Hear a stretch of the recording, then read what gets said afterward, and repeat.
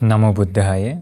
सर्वप्रथम मेरे गुरुदेव के चरणों में मेरा सादर गौरव नमस्कार हो।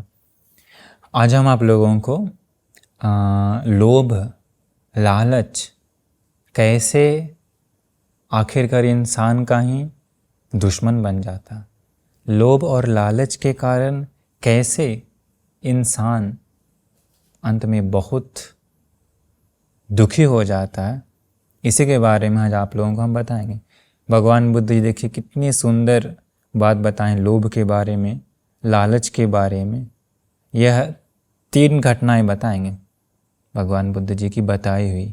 इन 3 घटनाओं से सत्य जो घटित हुई है, उन 3 घटनाओं से आप बहुत सुंदर समझ जाएं, क्योंकि वर्तमान दुनिया में सामान्य जो लोग होते हैं, जहाँ थोड़ा सा ज़्यादा प्रॉफिट होते रहता है या जहाँ ज़्यादा लोभ मतलब ज़्यादा फ़ायदा मिल रहा है, तुरंत उधर जाते हैं। कभी कभी जितना है उसमें संतुष्ट नहीं रहते हैं और अंत में केवल और केवल रोना ही पड़ जाता। तो ज़रा देखिए इन 3 घटनाओं की ओर नज़र डालते हैं, आखिर वो क्या थी भगवान बुद्ध जी की। तो भगवान बुद्ध जी ही एक जातक में बताते हैं ये घटना लोभ के बारे में। देखिए बहुत पूर्व में एक परिवार था। उसी परिवार में एक पति था, एक पत्नी थी और उसके 3 बेटियां होती है।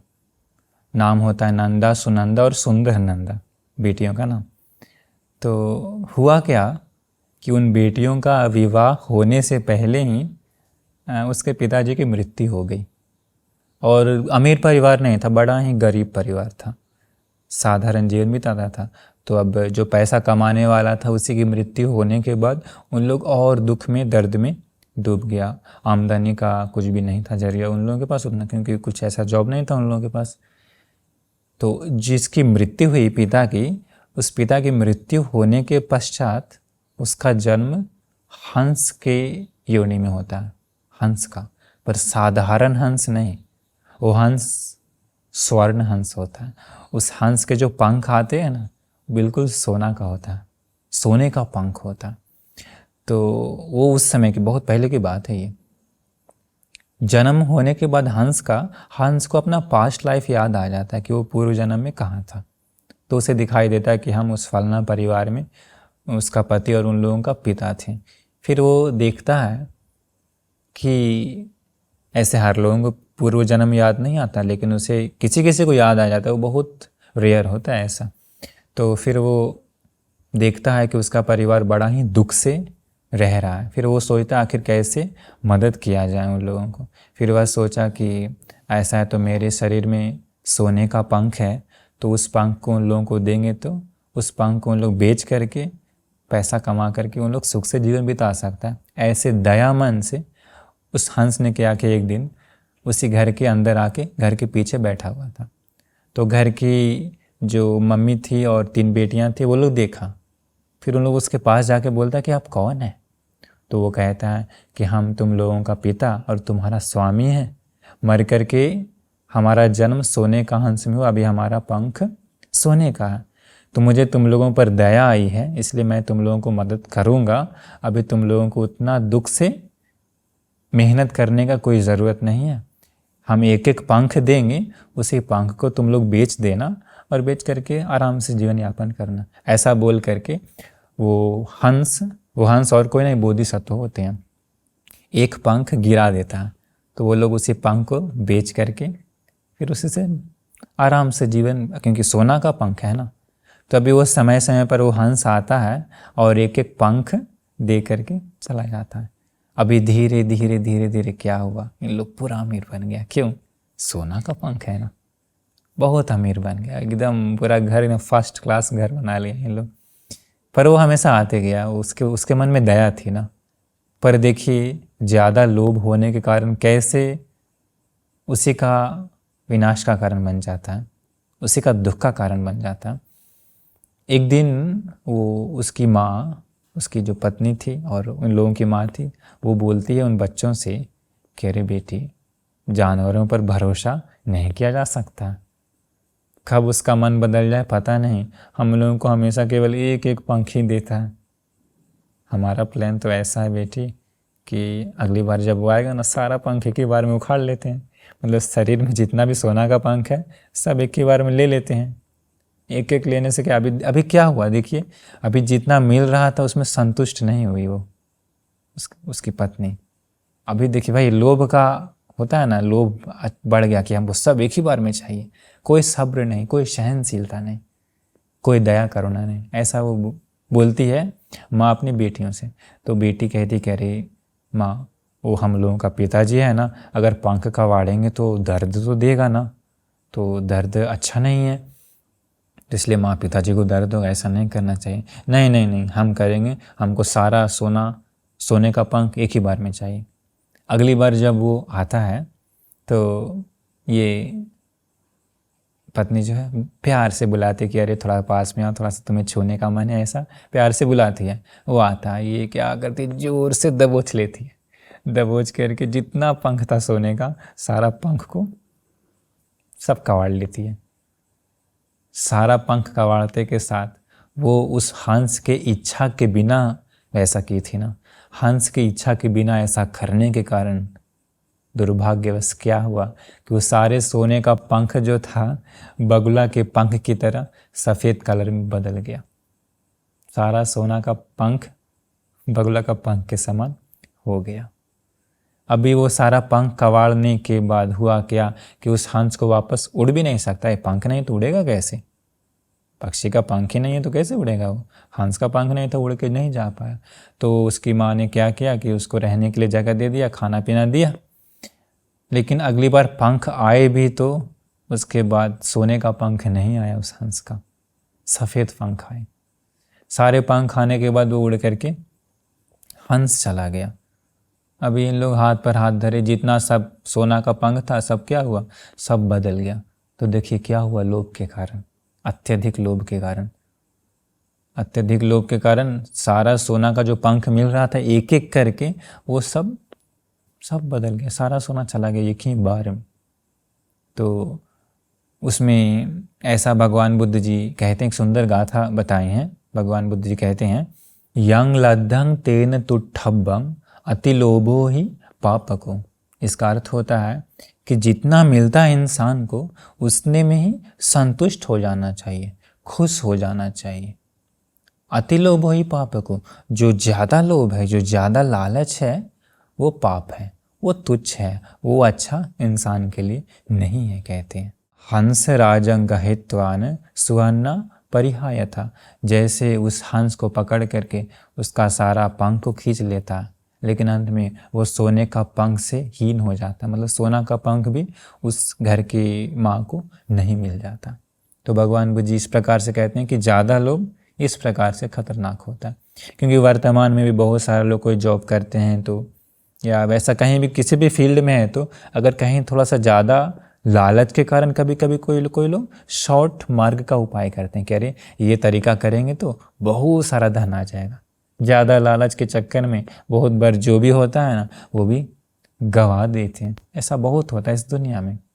कोई लोग जुआ खेलते हैं, वैसा कुछ खेलते हैं, थोड़ा सा पैसा आता है, फिर सोचता है कि अरे और थोड़ा सा लगाएंगे तो बहुत आएगा, ऐसा सोच के अगली बार दाव लगाते हैं और जो होता है वो सब उड़ जाता है, सब खत्म हो जाता है ज़्यादा लोग के कारण। तो देखिए ये घटना थी, इससे सुंदर सीख मिलती है। और एक घटना वैसे ही भगवान बुद्ध जी बताते हैं, वो भी एक जातक कथा में आता है। उसमें क्या होता है कि वैसे ही एक और परिवार होता है। उसी परिवार जो परिवार होता है वो मछली मारने वाला मछुआरा होता है। मतलब उस पूरे गांव में सारे के सारे लोग मछली ही मारते थे। उसमें भी मछली जाल से नहीं पकड़ते थे, जो बंसी होती है बंसी से पकड़ा करते थे। एक दिन क्या हुआ कि एक परिवार में एक आदमी, उसका मतलब एक पत्नी का पति, अपने छोटे से बेटे के साथ मछली मारने के लिए नदी या तालाब पर जाता है। तालाब पर जाकर के वहाँ नदी पर इसके बाद बंसी डालता है। तो हुआ क्या कि वो जो बंसी जाकर के फंस गई पता है किसमें? एक बड़ी सी लकड़ी में, बड़ी सी लकड़ी में जाके वो बंसी फंस गई। अभी यह देखा कि अरे बंसी अंदर गया, खींच रहा है, आ नहीं रहा है, जरूर माल तो पकड़ा गया है, पर माल में भी छोटा मोटा माल नहीं, बड़ा मछली है इस बार, इसलिए थोड़ा खींचना मुश्किल हो रहा, भारी है। मन में तुरंत लोभ आ जाता है। यही देखिए, जीवन में कहीं थोड़ा सा मिलना चाहिए, तुरंत लोभ बढ़ जाता है, लोगों का लालच तुरंत आती है, यही खतरा। तो ज्ञानी बुद्धिमान लोग सदा होश में रहता है कि नहीं, अत्यधिक लालच हमारे लिए अच्छा नहीं है। तो उस व्यक्ति के मन में पता है क्या लालच है, देखिए तो इंसान के मन में कैसा कैसा लालच आ जाता है तुरंत। वो बेटे को बोला कि बेटा, अभी अगर ये बड़ी मछली है, अभी बड़ी मछली पकड़ कर घर में ले जाएंगे, फिर घर में मछली भात बनेगा तो अड़ोस पड़ोस में भी देना पड़ेगा, बगल वाले लोगों को भी देना पड़ेगा, मछली बड़ी है। इसलिए क्या करना चाहिए, बगल वाले घर के साथ लड़ाई कर लो, मतलब झगड़ा कर लो। झगड़ा करने में कोई देता है क्या, नहीं देता है ना। तो बोला बेटा जाओ घर, जा कर के माँ को बोलो बगल वाले पड़ोस से झगड़ा करने के लिए, बोलो बड़ा मछली फंसा है तो झगड़ा करके रखेंगे तो हम लोग ही केवल मज़े से खा सकते हैं। वहाँ पर भी एक लोग है ना, पहला तो दूसरों को ना देंगे, और दूसरा है कंजूसी कि किसी और को ना देना चाहता, और लोभ। बेटा घर गया, घर जा कर के मम्मी को बोला मम्मी पापा ने ऐसा बोला कि एक बड़ी मछली बंसी में फंस गई है, तो पापा ने कहा है कि पड़ोस के साथ झगड़ा करने के लिए। तो वो बोलती है, वो बड़ी खुश हुई, अरे वाह आज तो बड़ा मछली घर में आएगा, मछली भात बनेगा घर में। इसके बाद फिर क्या हुआ, वो क्या करती है, एक कान में कुंडल पहनती है, पता है किस चीज़ की, जो तार का पत्ता होता, तार का छोटा सा पत्ता कान में लटका लेती है कुंडल के रूप में। और क्या करते हैं, एक आँख में, जो खाना बनाते हैं अभी तो गैस पर बनती है, पहले चूल्हे पर बनती थी, तो बर्तन के नीचे कालिख लग जाती थी, काला कलर का। तो उस समय चूल्हा ही था, गैस कहाँ था उस समय। तो वो क्या करती है ना, एक पूरा आँख में एक साइड पूरा उसी बर्तन का कालिख आँखों में लगा लेती है, और गोद में एक कुत्ते का बच्चा को ले लेती है। कुत्ते का बच्चा, आँख में कालिख और कान में तार का पत्ता का कुंडल बना ली। अभी ऐसा करके वो जाती है पड़ोस के यहाँ, तो पड़ोस के घर का जो होता है वो देख के बोलती है, अरे तू पगला गई है क्या, तुझे पागल कुत्ता काटा या तू पागल हो गई है, ये क्या तू अपने गोद में कुत्ते का बच्चा, आँख में पूरा कालिख लगा ली है, कान में ये क्या तार का पत्ता लटका लिए, तुम पागल हो गई हो। तो चाहिए तो वही था उसको, बस केवल एक हिंट्स चाहिए था लड़ाई करने के लिए, कुछ बोले वो, उसका प्लान सक्सेस हो गया। ये बोली हम पागल तुम पागल, तू मुझे पागल कहती है, हम पागल हैं, हम अभी गांव का मुखिया के पास जाएंगे और तुम्हारी शिकायत करेंगे और तुमसे टैक्स लगवाएंगे, तुमने मुझे पागल कहा, तुमको पैसा देना पड़ेगा दंड स्वरूप भुगतान में। वो लोग फिर ऐसा करके उन दोनों में पूरा झगड़ा हो गया, पूरा डिबेट, जैसी इच्छा थी वैसा हो तो गया, पर पता है क्या, अभी देखिए ज़्यादा लोग, अंत में मुखिया के पास गया, मुखिया ने सही निर्णय लिया, स्टार्टिंग तो वही की ना, उसकी कुछ गलती नहीं थी क्योंकि वह आँख में लगाई हुई थी, इसलिए क्या हुआ, पैसा वापस, जो लड़ाई शुरू करना चाह रही थी उसी को पैसा देना पड़ गया उस घर की स्त्री को। तो इधर तो फेल हो गया ज़मीन पर, प्लान सार्थक नहीं हुआ।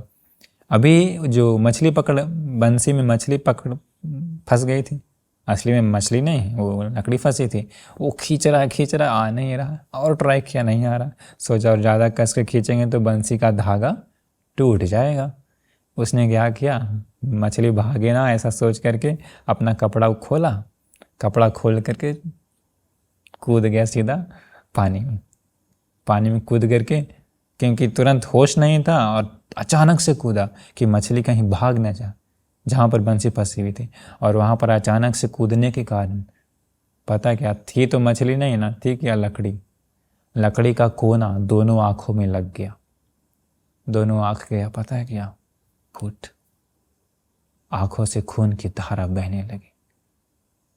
उसी बीच क्या हुआ, कुछ चोर लोग उधर से जा रहे थे, देखे कपड़ा रखा हुआ, उस समय का चोर लोग कपड़ा भी उठा लिया करते थे, ऐसा था उस समय का युग, उसमें कपड़े कम हुआ करते होंगे, तो इसलिए चोर लोग कपड़ा को भी लेके भाग जाता था। अभी कपड़ा भी ले गया चोर लोग, उठा के लेके चला गया। इसके बाद मछली के चक्कर में इसकी दोनों आंखें भी चली गई। अभी अपने हाथों को आंख पर रख करके, आंख बंद करके अभी बाहर आया कपड़ा ढूंढने। दिखता भी नहीं है, कपड़ा ढूंढ रहा है लेकिन कपड़ा भी नहीं है, कपड़ा भी नहीं है। वृक्ष, बगल में एक वृक्ष था, उसी वृक्ष में एक देवता था, वही थे बोधिसत्व, भगवान बुद्ध का पिछला जन्म। वो कहते हैं, ऐसी गाथाएं कहते हैं कि इस इंसान का लोभ का जरा वो तो देखो, हैसियत तो देखो, इतना लोभ कर लिया ये इंसान। इस लोभ के चक्कर में पानी में मछली भी नहीं मिली, आँख भी चला गया, कपड़े भी चोर उठा करके लेकर के चले गए। उधर घर में प्लान बनाया था झगड़ा करने का, झगड़ा भी किए, लेकिन पैसा घर से ही आखिर घर चला गया। ये दोनों जगह से हीन हो गया, दोनों जगह से इसे अलाभ ही हो गया। कैसे अलाभ हुआ? लोभ के चक्कर में, अत्यधिक लालच के चक्कर में, अत्यधिक लालच के चक्कर में कितना बड़ा विनाश हो गया। लालच के कारण, लालच ही इसका शत्रु बन गया एक तरह से। लालच के कारण ही क्या हो गया? आंखें भी चली गई। सब, आंख कितना इंपॉर्टेंट है। अभी वो बेचारा कैसे कैसे घर गया होगा। तो देखिए लालच से कहाँ चला जाता, कहाँ से कहाँ। तो ये बहुत बड़ी सीख है इस जीवन में, क्योंकि नहीं तो ज़्यादा लोभ के कारण, ज़्यादा लालच के कारण इंसान को बहुत भुगतना पड़ता। अंत में केवल और केवल पश्चाताप ही बच जाता, खुशियाँ तो कभी नहीं मिलती। स्टार्टिंग में कभी कभी लालच के कारण लोग खुश हो जाते, लेकिन आगे पक्का दुख का कारण ही बन जाता है वो लालच। ये थी दूसरी घटना। और एक घटना बताते हैं, वो भी भगवान बुद्ध जी एक जातक में ही बताएं, पास्ट लाइफ में। उसी में क्या हुआ था, बोधिसत्व ही थे। वो एक क्या उसको बोलते हैं, फॉक्स या जैकल बोल दें, क्योंकि वो सियार या लोमड़ी दोनों एक ही, सियार ही समझ लीजिए, सियार ही था। और सियार क्या हुआ, एक दिन खाने की खोज में इधर उधर भटक रहा था जंगल में। तो जंगल में भटकते समय क्या हुआ, एक हाथी, एक बड़ा सा हाथी मरा हुआ था। और मरा हुआ तो था, किंतु कई दिन बीत चुके थे। तो कई दिन बीत जाने के कारण क्या हुआ था, थोड़ा सा हाथी का जो बॉडी था ना, वो थोड़ा सा कठोर, रफ हो गया था। ऐसे हाथी की बॉडी कभी टच किए हैं? टच करके कभी पेट या सूंड को छू करके देखिए कितना हार्ड रहता है। तो वो तो बड़ा ही खुश हुआ, अरे वाह मुझे तो खजाना मिल गया। उस यार देख करके पहले तो खूब हंसा, डांस किया अकेले अकेले, डांस करके खूब खुश हो करके खूब मज़ा से गाना भी गा लिया। वो गा करके अभी गया, हमको तो खजाना मिल गया खाने की। अभी वो गया, गाना गाते गाते कूदते कूदते गया और हाथी का जो सूंड था, सूंड को काटा खाने के लिए। तो सूंड को काटा तो इतना हार्ड लगा, ऐसा प्रतीत हुआ मानो कोई हल है। हल मतलब कि जो हल जोतते हैं किसान लोग खेत में, वैसा। फिर वो क्या करता है, सक्सेस नहीं हुआ, काटा नहीं, वो पेट को काटा। पेट को काटने के बाद ऐसा लगा जैसे पुराने ज़माना में लोग चावल को कहाँ एकत्रित करते, कोठी हुआ करती थी पुराने घरों में। अभी तो ऐसा नहीं होता, अभी भी गांव में शायद हुआ होती होगी। तो ऐसा लगा जैसे वो कोठी को काटा, सक्सेस नहीं हुआ। पूंछ को काटा खाने के लिए, ऐसा लगा जैसे उखली को कूटने के लिए जो होता है ना, ऐसा उसको फील हुआ। पैर को काटा खाने के लिए, पैर को काटने के बाद ऐसा फील हुआ जैसे कोई स्तंभ को काटा, नहीं काटा। ट्राई किया इधर तो बेचारा बड़ा थक गया, अरे इतना सोच, अच्छा खजाना पर खा नहीं सकते, इतना हार्ड है मांस हाथी का, फिर क्या किया जाए। फिर वैसे ट्राई करते करते पता है कहाँ गया, पीछे मतलब हाथी जहाँ से टॉयलेट करता, पखाना करता, वो तो वहाँ पर गया, वहाँ पर काटा। वहाँ पर काटने के बाद एकदम बटर जैसा, मलाई जैसा उसको फील हुआ। क्यों? वहाँ पर का मांस जो था, स्किन जो, वो सॉफ्ट था।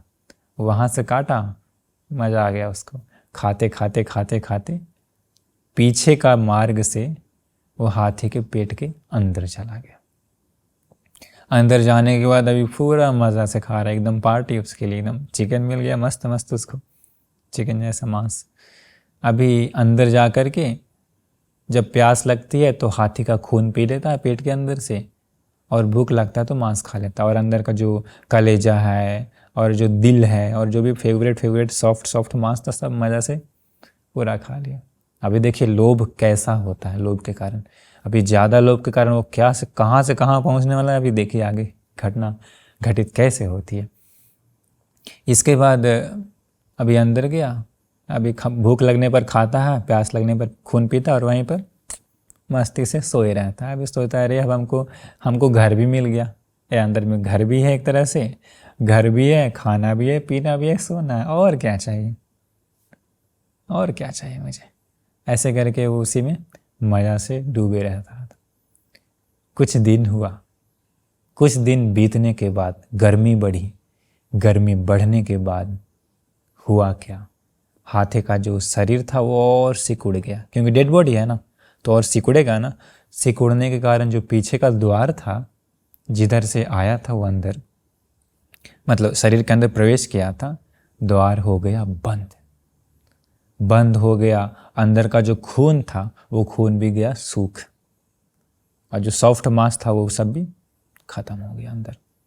पूरा का पूरा अंधकार, नरक के समान। लोकांतरिक नाम का एक नरक होता है जहाँ केवल अंधकार ही अंधकार होता है, एकदम अंधकार, वैसा अंधकार हो गया अंदर। और अभी वो पूरा डर गया, इधर मार रहा है उधर मार रहा है, पूरा चारों तरफ ट्राई किया, पूरा मार रहा है, किस लिए, बाहर निकलने के लिए।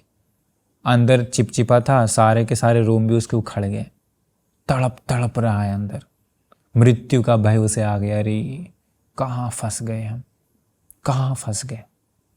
अभी देखिए लोभ के कारण ही ना हुआ, अभी वो आई से यार जो मिलता था उसे में खा करके संतुष्ट रहता तो बाहर आराम से कोई दिक्कत होता, अभी लोभ के कारण अपना ही विनाश, जेल में फंस गया वो।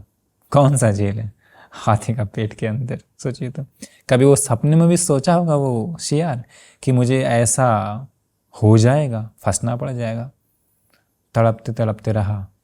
कुछ समय के बाद बारिश हुई, बारिश होने के बाद फिर से क्या हुआ, जो हाथी का शरीर सिकुड़ गया था वह पानी के कारण फिर से थोड़ा सा वो फूलने के कारण फिर से वो स्प्रेड हुआ। स्प्रेड होने के बाद जो पीछे का द्वार था, गुद मार्ग, जो पखाना का मार्ग था पीछे से, वो जिस से वो अंदर आया था खाते खाते, थोड़ा सा वो खुल गया वो रास्ता, और बाहर का प्रकाश अंदर आया है। इसको एक जीने का एक जरिया मिल गया, अरे द्वार मिल गया। बड़ा खुश हुआ, शरीर में शक्ति नहीं थी, पूरा शक्ति लगा करके उसी द्वार से धकेलते धकेलते मांस को इधर उधर करके करके बहुत मुश्किल से वो बाहर निकल गया। बाहर निकला तो लेकिन सारा जो उसका स्किन का जो भी रोम थे, बाल थे, वो सब उखड़ गया, मांस में चिपक गया था। अभी बाहर आके सीधा दूर आया, दूर आके अपने शरीर को देखा, सियार नहीं दिख रहा है, कुछ और ही दिख रहा है। क्यों, शरीर पर एक भी बाल नहीं थे, बाल नहीं थे। वह मुड़ करके देखता है उस हाथी के बॉडी को, अपने आप को ऐसे डांटता है, ये मूर्ख, अत्यधिक लोभ के कारण, अत्यधिक लालच के कारण ही तुझे देखो आज कितना कष्ट भोगना पड़ा। इसके बाद वो अपने आप को ही ऐसे बोलता है, आज के बाद हम इस अत्यधिक लालच में कभी ना फंसेंगे, आज के बाद हम हाथी का बॉडी की ओर आँख उठा करके भी नहीं देखेंगे, क्योंकि इस हाथी के बॉडी के कारण ही मुझे इतना दर्द, इतना तकलीफ, इतना कष्ट मिल गया है, आज के बाद नहीं। ऐसा करके वो संकल्प लेता है कि हम आज के बाद ऐसा अत्यधिक लोभ में नहीं फंसेंगे, क्योंकि इसी लोभ के कारण मुझे बड़ा ही परेशान हुआ। तो ये थी 3 घटनाएं भगवान बुद्ध जी का। एक हंस का घटना बताएं, एक मछली के चक्कर में आँख चला गया उसकी घटना बताएं, और इसकी ये तीनों ज़्यादा कथाओं में है। तो भगवान बुद्ध इस प्रकार से बताते हैं, इस प्रकार से अत्यधिक लोभ के कारण व्यक्ति का विनाश का ही कारण बन जाता है। अत्यधिक लोभ के कारण बहुत शोक पश्चाताप करना पड़ता है।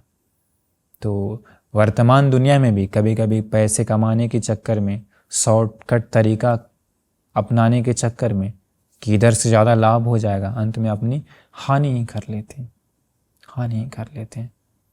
तो इस 3 कथाओं से एक सुंदर आदर्श ले लीजिए कि जहाँ भी अत्यधिक लालच है धोखा है, झूठ है, समझ लीजिए वो खुद का विनाश का कारण है, खुद का दुख का कारण है, खुद को दर्द पश्चाताप ही केवल ला करके देगी।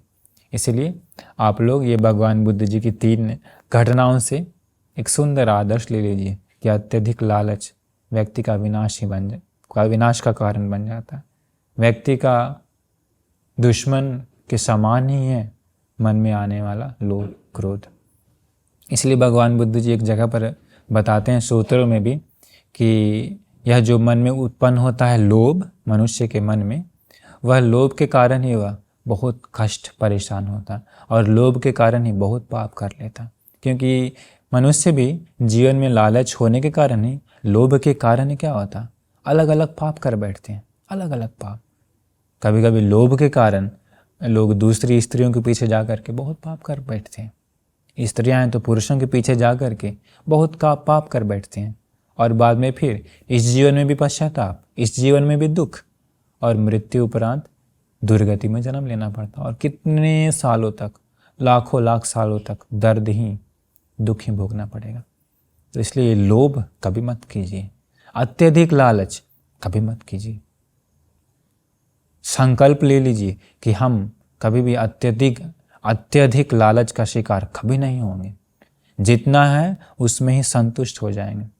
नहीं तो साधारण बहुत लोग क्या होता है, घर में जितना है उतने में संतुष्ट ना हो करके अत्यधिक लालच करते हैं और बाद में अलग अलग पाप कर बैठते हैं। ये बोलते समय में एक और घटना याद आ गई, जाता की कहानी।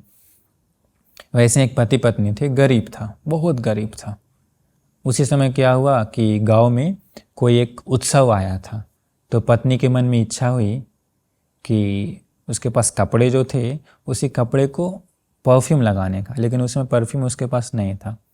तो वो कहती है पति से कि हे स्वामी, हमारे मन में बड़ी इच्छा है कि आपके बाहों में हाथ डाल करके वो लाल कलर का कपड़ा पहन करके, उसी लाल कलर का कपड़ा को उसी फूल से सुगंधित करके बाहों में हाथ डाल के गली गली में घूमने का मन है।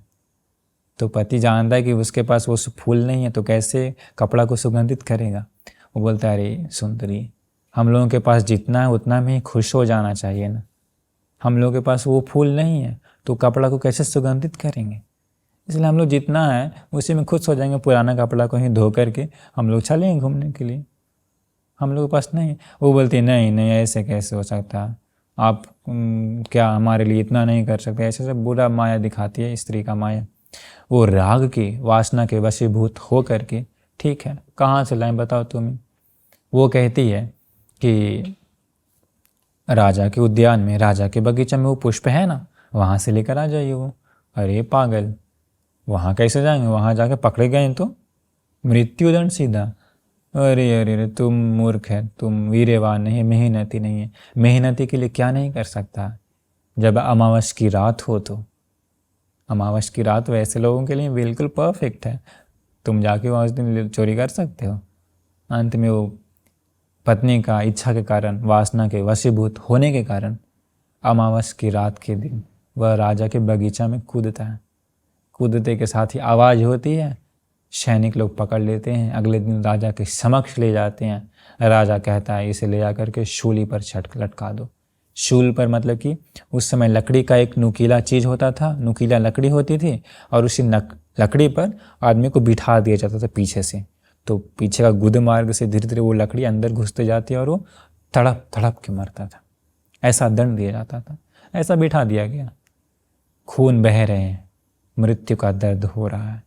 कौवे लोग आकर के उसका आँखों को नोच रहे हैं। वो ऐसे बोलता है कि अरे कौवे, तुम लोग जो नोच रहे हो वो दर्द मुझे नहीं हो रहा, लेकिन मेरी पत्नी का सपना पूरा नहीं हुआ। अरे कहीं वो पत्नी किसी और पुरुष के साथ ना चले जाए, ऐसा सोच के वो राग से, वासना से तड़प रहा है। भगवान बुद्धि बताएं कि जो कोई राग के साथ मर जाता है तो, वासना के साथ मर जाता है तो उसकी दुर्गति होती है। वो आदमी वैसे ही तड़पते तड़पते मर गया, नरक में जन्म लिया। तो आखिर उसका मृत्यु का भी कारण बन गया और दुर्गति का भी कारण बन गया क्या? अत्यधिक लोभ। उसको अपने पत्नी के प्रति लोभ था और पत्नी को उन वस्तुओं के प्रति, सुगंध के प्रति लोभ था। लोभ के कारण देखिए दोनों का परेशानी हो। इसलिए भगवान बुद्ध जी बताएं यह लोभ खतरनाक है। इसलिए आप लोग कभी भी इस जीवन में अत्यधिक लालच का शिकार कभी मत हो जाइए, वरना खुद ही दुख भोगना पड़ेगा। तो यही थी यह 3 सीख, 3 सुंदर आदर्श घटनाएं जो आप लोगों को बता दी हैं। तो आप लोग भी इस घटनाओं से अपने जीवन को सुंदर बना करके अपने जीवन को संवार लीजिए। नमो बुद्धाय।